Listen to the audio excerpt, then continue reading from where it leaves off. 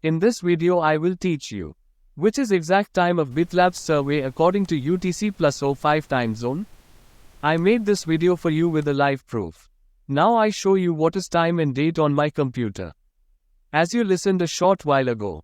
Now look again it. As you are being see here a new survey. Click on start. You will see new like that will open in front of you. On which something must have been written. There are no survey available at the moment. Look, here is the website of Bitlabs. Also look here, complete a full survey from the survey tab, excludes daily poll. Today it is not completed by me. I had already completed this survey before telling you. And you see, as soon as I refreshed the page, it was show ticked and the circle turned into green. I did not show you the whole survey while completing it.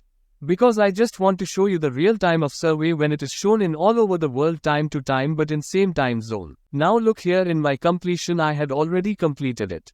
My completion activities shows survey date and time when I complete that survey. You can also see right down side direction it shows date and time. If you have not subscribed the channel yet, please subscribe the channel and press the bell notification for more videos. Thanks for watching.